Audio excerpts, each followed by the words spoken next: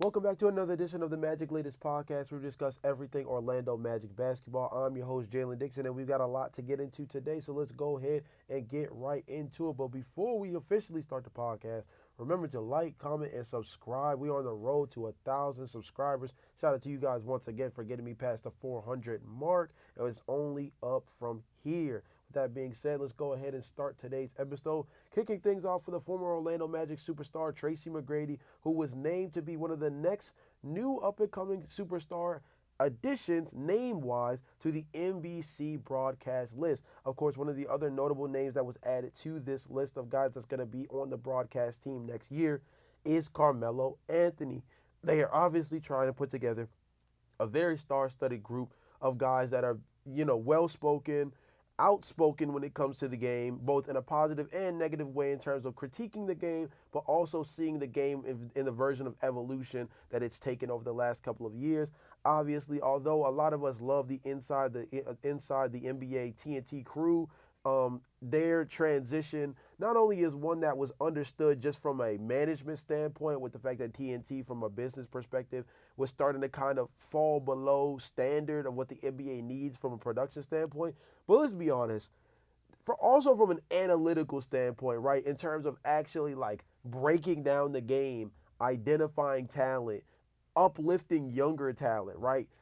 Inside the NBA wasn't very good at that. I would say that maybe Kenny Smith was the best at really uplifting, the next generation of basketball and actually paying attention to the game from the perspective of X's and O's, helping viewers learn something from their broadcast and actually pick something, take something away from that little in-between show and the pre-show and the post-show in terms of like gaining real value. Yes, it's supposed to be an entertainment business, but I think that one of the more important things from those kind of shows is to be able to add to the narratives that are built within the NBA. And instead, it kind of felt like they were creating their own little mini universe. And although it was fun and it was very enjoyable, I would also say on the back end of it, the last 2 to 3 years, it felt like we kind of lost the plot. There was a point where Shaquille O'Neal forgot who the Detroit Pistons coach was, right? Like stuff like that. So certain circumstances just go to let you know that a hoop head like Tracy McGrady, put all of the recent Kobe comments aside and look at what he's been able to do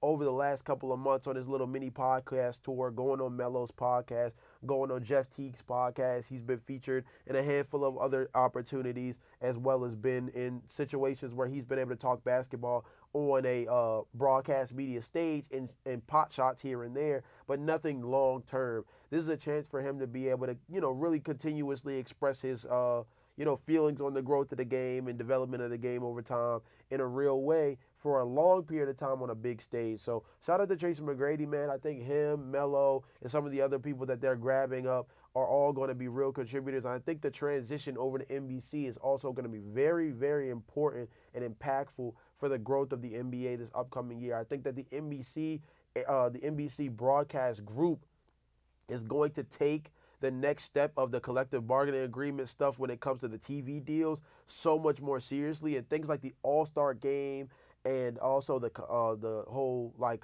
the cup, the NBA Cup, things like that. I think there's just going to be a lot better work done around creating a real aura around the NBA moving forward. And I think part of that is bringing more open-minded former NBA talent into the fray and giving them a chance to express their knowledge on the NBA, given the fact that I think they're a little bit more in touch with what this generation's, basketball is starting to step into. So again, shout out to Tracy McGrady. Another thing that we're going to get into very, very quickly is that it looks like our boy Markelle Fultz, a guy who did produce relatively well in the short stint that he had with the Orlando Magic, is being targeted by the New York Knicks. Now, granted, I'm not sure how much space they have. And after getting Jordan Clarkson, I don't know necessarily how much they want Markelle Fultz as anything more than to fill like the Alfred Payton role from a season ago as like the third guard off the bench. But I would also say at the same time, we know that Markelle Fultz is good when healthy for, 12 points, potential 12 points, 4 rebounds a night, a couple assists here and there, and a guy who can be dynamic as a slasher, a guy who can be pretty good off the bounce, and not necessarily your knockdown three-point shooter, but as a guy who can put so much pressure on the rim, is a good dude when it comes to facilitating as a dump off or kicking out to corners. So The New York Knicks are one of the bigger rivals in the Eastern Conference this upcoming season for the Orlando Magic, given the fact that the Boston Celtics are weakened, given the fact that the Milwaukee Bucks are weakened, the Indiana Pacers are weakened, right? So the Knicks bolstering up with a former Orlando Magic like Markelle Fultz. I'm not saying it's going to be this crazy difference maker. Excuse me. I think that Jordan Clarkson is probably going to get a bulk of the minutes, and I'm not even sure if Markelle Fultz will end up on his roster when it's all said and done. These are just rumors that they're at least targeting the guy. But I think that if Markelle Fultz does land on this roster, it could be an interesting fit for them as a team that's significantly gotten better when it comes to adding depth to their team. Very similar to the Orlando Magic, but adding Markelle Fultz, I'm not going to lie, in a weird way, that would actually make the New York Knicks like easily, far and away, the deepest team in the Eastern Conference to me. Because I feel like they would have just about every single position handled 3 rows back.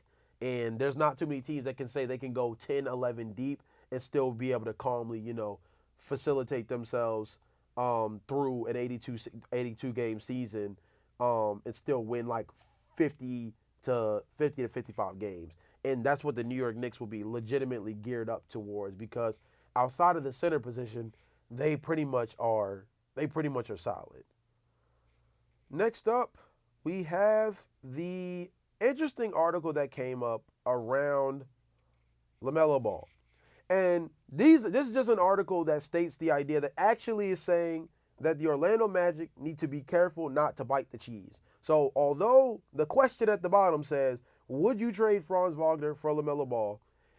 That question was simply built out of the mere fact that in a scenario where the Orlando Magic would pursue a player like LaMelo Ball, Franz Wagner quite literally would have to be a part of the deal in some shape or form. But let's go to the actual article itself and let's talk about what is being said, because I think that maybe before the offseason started, the thoughts around bringing a guy like a LaMelo Ball onto the roster might have had higher hopes attached to them. Prior to seeing the Desmond Bane move, prior to bringing in Tyus Jones, prior to drafting Jace Richardson, right? And Noah Pinda as well, I would say.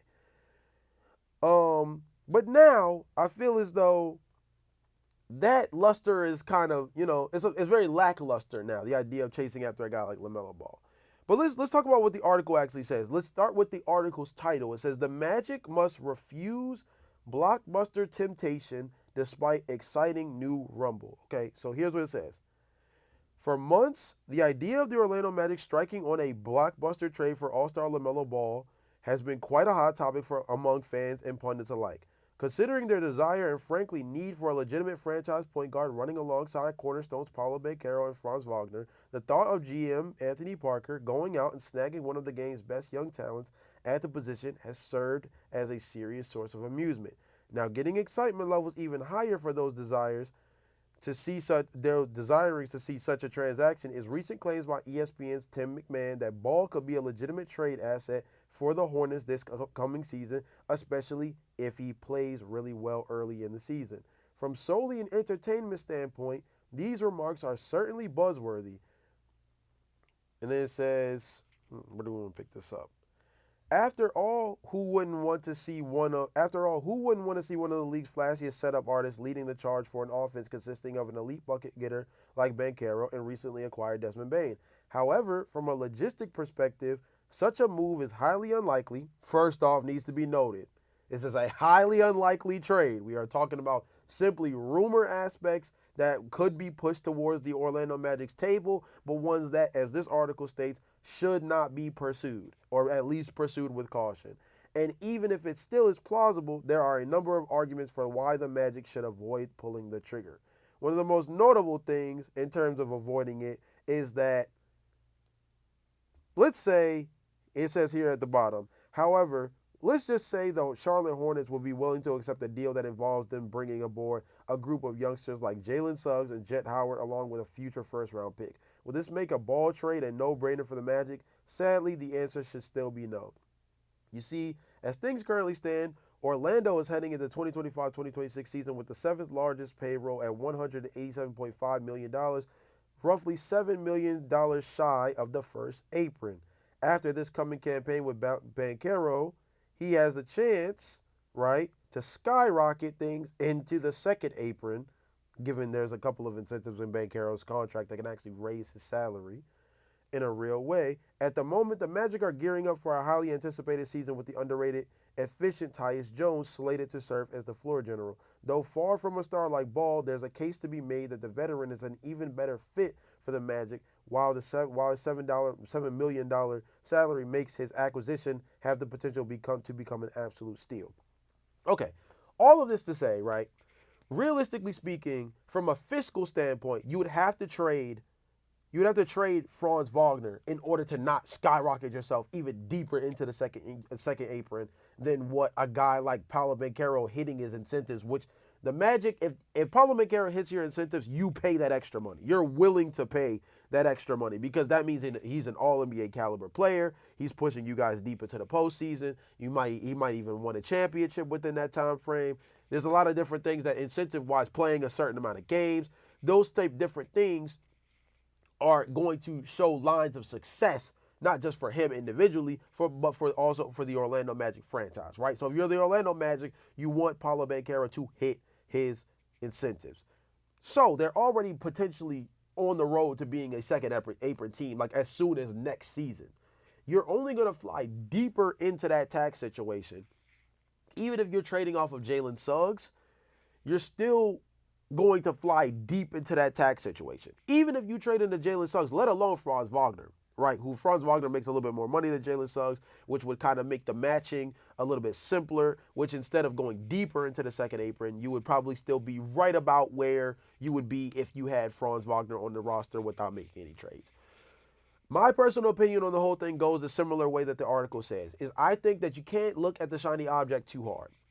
I think that this roster, as many people have said in the comment section when I bring up a lot of different trade rumors, I think that the Orlando Magic are relatively done. Now, if Nikola Vucevic gets bought out and they can make some money work and go after him for a couple $1 million, $5-6 million on the fray, I think you go after him, right? If you're able to make a trade where you're able to get off a Jet Howard to go ahead and get a guy like Malik Monk, like for example, as we mentioned beforehand, you go and do that. I thought that Colin Sexton would have been an interesting budget baller as a guy off the bench at the two-guard position.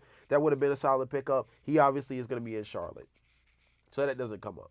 But in terms of looking at the roster as it's set, again, we've said this on a handful of different podcasts. Until this team actually gets on the floor, it's going to be very difficult to judge them in any real way because everything with them right now is very hypothetical. Everything around them is built around the fact that Tyus Jones seems like the perfect backup point guard to be able to run a second unit and keep these guys in check and even play in certain units where he's next to Paolo Banchero and Franz Wagner on the floor with the starting run, right? We know that Jalen Suggs, healthy, is a 38 to 39% three-point shooter, along with Desmond Bane, who is a career 41% three-point shooter. Those two guys next to each other in the backcourt, while Jalen Suggs is an elite-level defender and Desmond Bane is at least an average to above-average defender for the position.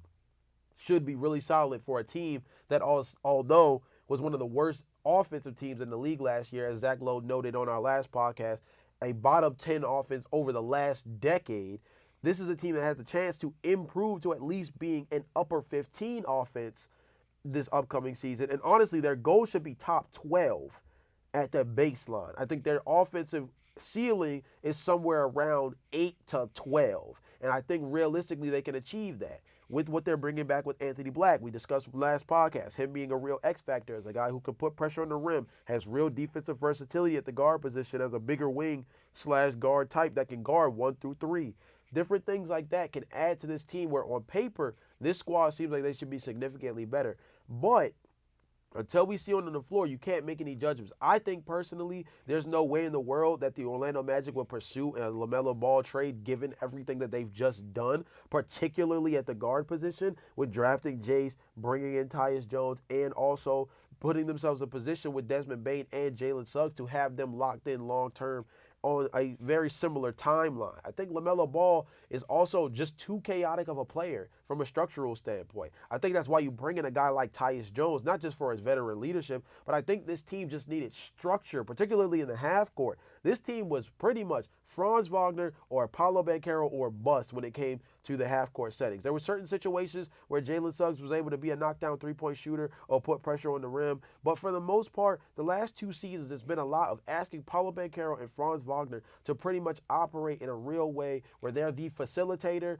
they are the offensive generator, or they are simply they are the second to last guy to touch the ball. They are the swing guy that makes things open by simply their gravity pulling the defense in a way where when you toss the ball one more time, they've opened up a legitimate shot across the back end, right? So all the offense is pretty, and Paolo Banchero has said this. I think we mentioned in a previous podcast a couple episodes back of Paolo Banchero not being excited about what the offense has been over the last 2 seasons and it needing that diversity. That's why the coaching hires this summer have been so important. Another thing that we need to see the fruits of the labor from, right? Bringing in guys like Shamgar to come in and help develop that guard unit where they are now a legit 4 or 5 deep. You have to think about what they have going for themselves from a depth perspective, particularly at that guard position, and ask yourself, would you really want to sell out on that just to go after a guy like LaMelo Ball, who might not even be a legit needle mover for you in any way but ticket sales and a guy who just adds name value as a guy who's a former All-Star, right? Other than that,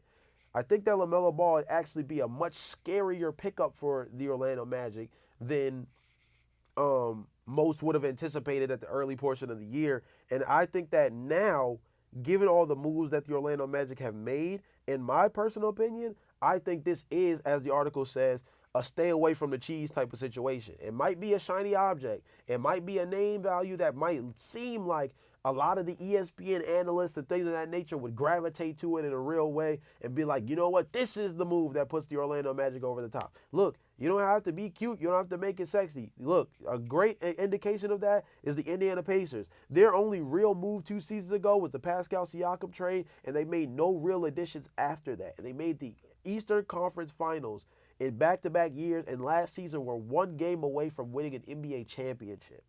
You don't need the sexy move to be able to be in the mix for a championship. You don't need the sexy move.